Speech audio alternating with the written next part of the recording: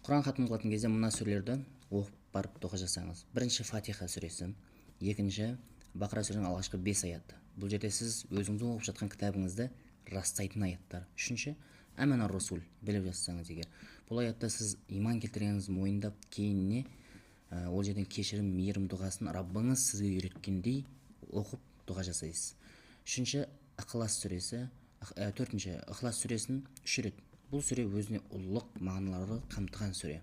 Кейін бізде Фәлақ және Нас сүрелері. Жалпы сіз бұл кітапты оқығандағы мақсатыңыз ол жерден береке тілеу шығар. Китабун анзалнаху мубарак.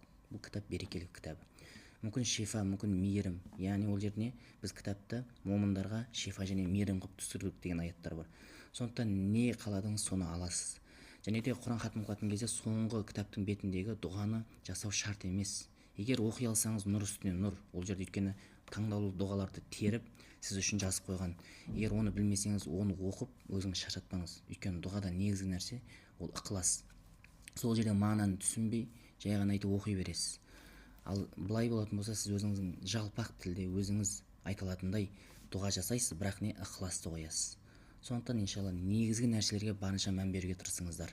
Пайдалы болсын.